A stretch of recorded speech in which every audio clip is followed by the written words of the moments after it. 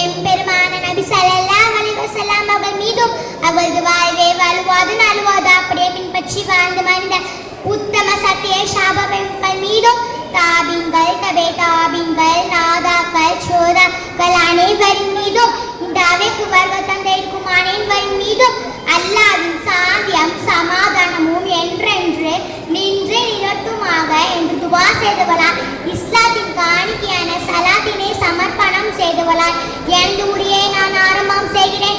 அஸ்ஸலாமு அலைக்கும் வரஹ்மத்துல்லாஹி வ தஆலா பரகாத்துஹு.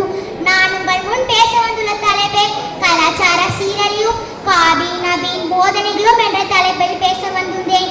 கண்ணியமிக்க அல்லாஹ்வின் நல்லடியார்களே, நாம் இந்த உலகத்தில் வாழக்கூடிய நேரத்தில் நமக்கு வழிகாட்டி நம்முடைய வாழ்க்கையை வாழ்வதற்கு நிர்ணயம் செய்யப்பட்டதாக இருந்து கொண்டு இருக்கிறது.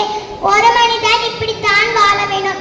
ஹலால் ஹராம் பேணி நல்லது கெட்டதை சச்சு வாழக்கூடியவனாக இருக்கின்றான். இந்த நேரத்தில் மனிதர்களுக்கு கண்மணி நாயகம் ஸல்லல்லாஹு அலைஹி வஸல்லம் அவர்கள் எப்படி வாழ வேண்டும் என்று சொல்லி தந்தார்களோ அந்த முறைப்படி இருக்கிறதா என்று சற்று யோசிக்க கடமைப்பட்டிருக்கிறோம்.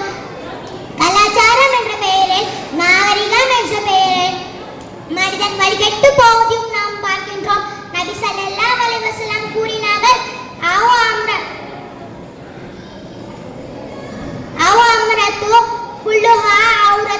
பெண்ணாகின்றவள் அவள் முழுமையாக மறைக்கக்கூடியவள். நபி ஸல்லல்லாஹு அலைஹி வஸல்லம் அவர்கள் ஒரு மனிதன் பிறப்பு முதல் இறப்பு வரையும் எல்லா விஷயத்திலும் நபி ஸல்லல்லாஹு அலைஹி வஸல்லம் கற்றுத்தந்திருக்கிறார்கள். ஆனால் மனிதன் தன்னுடைய வாழ்க்கையை அந்த கலாச்சாரப்படி வாழ்கின்றார்களா, அந்த பாடத்தை எடுத்து இருக்கிறார்களா, அந்த கலாச்சாரப்படி வாழ்கின்றார்களா என்பதை நாம் இந்த நன்னேரத்தில் கொஞ்சமா சிந்தித்து பார்க்க நாம் கடமைப்பட்டிருக்கிறோம். உதாரணத்திற்கு நபி ஸல்லல்லாஹு அலைஹி வஸல்லம் நிறைய போதனைகள் செய்திருக்கிறார்கள். அவர் முடி வெட்டுவது கொண்டு, நகம் வெட்டுவது கொண்டு, ஆடை அணிவது கொண்டு தங்களுடைய வாழ்க்கையில் எல்லா விஷயத்திலையும் கற்றுத்தந்திருக்கிறார்கள்.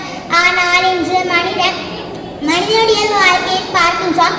அதாவது உதாரணமாக இன்றைக்கு நகம் வெட்டுவது கூட ஒரு பியூட்டி பார்லர் சென்று அந்த நகத்தை எந்த டிசைன்ல வெட்டணும், எந்த டிசைன்ல அழகுபடுத்தணும்,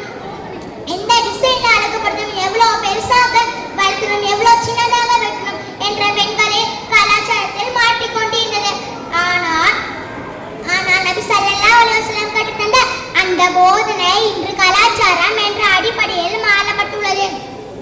முடி வெட்டுவதை என்பது நபி ஸல்லல்லாஹு அலைஹி வஸல்லம் அவர்கள் சொல்லி தந்திருக்கிறார்கள். ஆடை அணிவதை சொல்லி தந்திருக்கிறார்கள். எப்படி உண்ண வேண்டும் என்பதை கற்று தந்திருக்கிறார்கள். இது போல ஏராளமான விஷயத்தையும் கற்று தந்திருக்கிறார்கள். அதில் ஒரே ஒரு விஷயம் மட்டும் நான் உங்களிடத்தில் கொஞ்சம் பதிய வைக்க கடமைப்பட்டிருக்கிறேன்.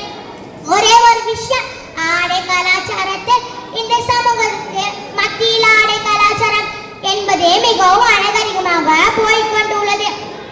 இந்த உலகத்தில் பெண்களுக்கு மத்தியில் ஆடை பற்றி நபி ஸல்லல்லாஹு அலைஹி வஸல்லம் சொல்கின்றார்கள்.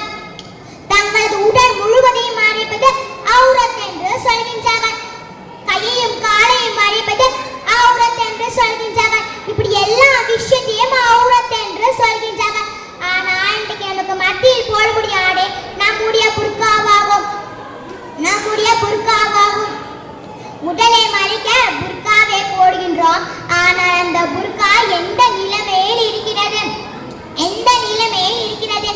என்பதை சற்று யோசிக்க வேண்டும். அந்த புர்காவை நாகரிகம் என்ற பெயரில் அந்த புர்காவை டிசைனாக போட்டுக் கொண்டு இருக்கிறோம். புர்கா எதற்கு போடுறோம் என்றால் புர்கா என்பதே உடல் அமைப்பை மறைப்பதற்கு தான். புர்கா என்பது அரபியில் ஃபர்தா என்று கூறுகின்றார்கள். ஃபர்தா என்றால் மறைத்தல் என்று அர்த்தம். அதை விட்டு மறைக்க வேண்டிய எல்லாவற்றையும் மறைக்கிறேன் என்ற பெயரில் வெளியே காட்டிக் கொண்டு இருக்கிறார். கண்மணி நாயகம் ஸல்லல்லாஹு அலைஹி வஸல்லம் அவர்கள் நரகத்தின் அதிகமான பெண்களை பார்த்ததாக சொல்கின்றார்கள். காரணம்